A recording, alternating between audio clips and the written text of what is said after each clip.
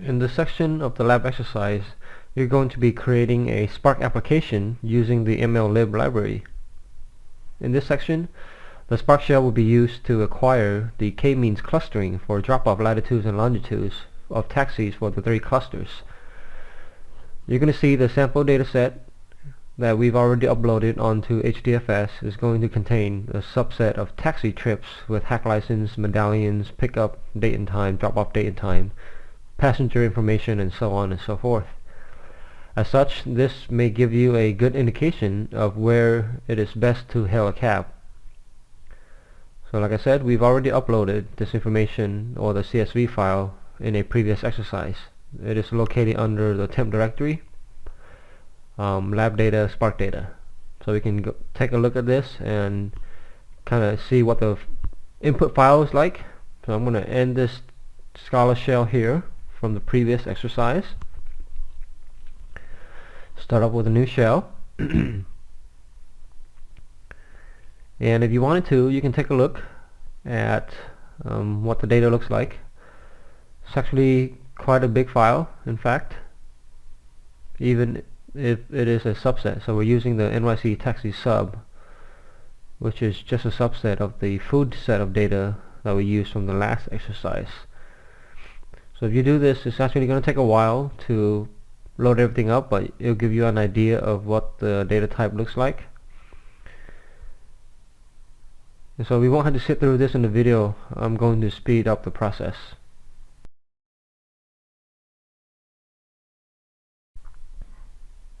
Okay, you can see some of the information on here, just to kind of get an idea of what it looks like as you begin to use it with the MLlib library.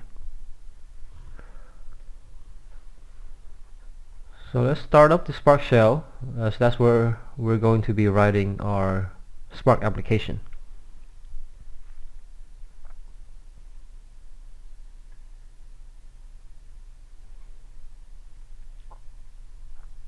Okay, first thing you need to do is to import the necessary libraries for the k-means algorithm and the vector packages.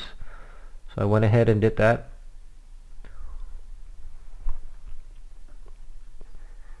Now we're going to create an RDD from the data that already resides in the HDFS.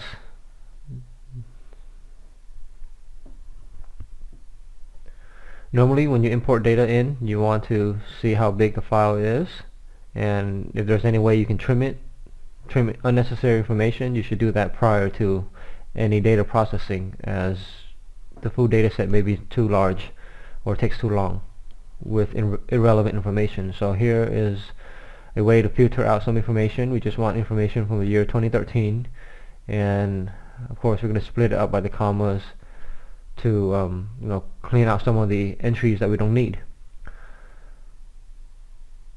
In fact, this subset of the data already contains the filter set, so that's why there are no changes here. But if you ran that on the full set, you'll end up with this subset. So I went ahead and did that already, but that's just to show you that we should filter it out. Another thing we can do is to cleanse the data even further by just fencing the information around to just New York City. So that's what this is doing here. We're just providing the coordinates of New York City specifically, and we're going to filter out data that are only within that boundary. And so now if you do another count, you'll see that the number of rows have indeed been reduced. So it helps a little bit, but now we have a much more specific set of data to work with.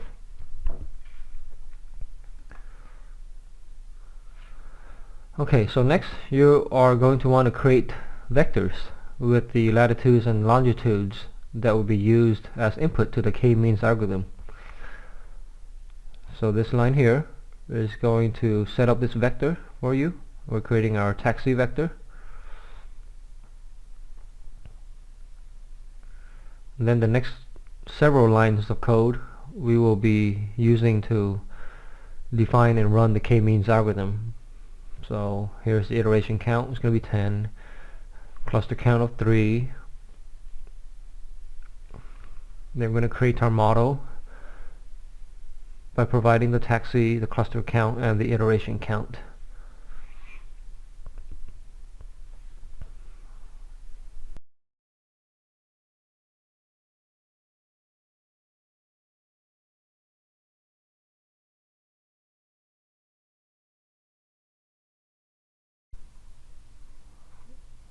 Okay, if you had used the greater or the larger data set, it would have taken probably up to 10 minutes or so, but this shorter one should have been significantly faster.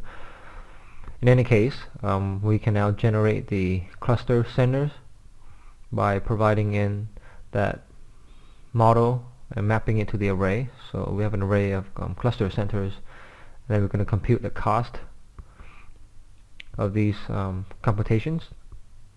And finally, we have enough information to print out the coordinates of the best locations within New York City to hail a cab. So these are the most frequent drop-off points and locations. And so now we have the information that we need to indicate where it is best to hail a cab. So now you have seen how to use the k-means algorithm as part of the MLlib libraries. There are other libraries available within MLlib, so be sure to check those out. This concludes this portion of the lab exercise.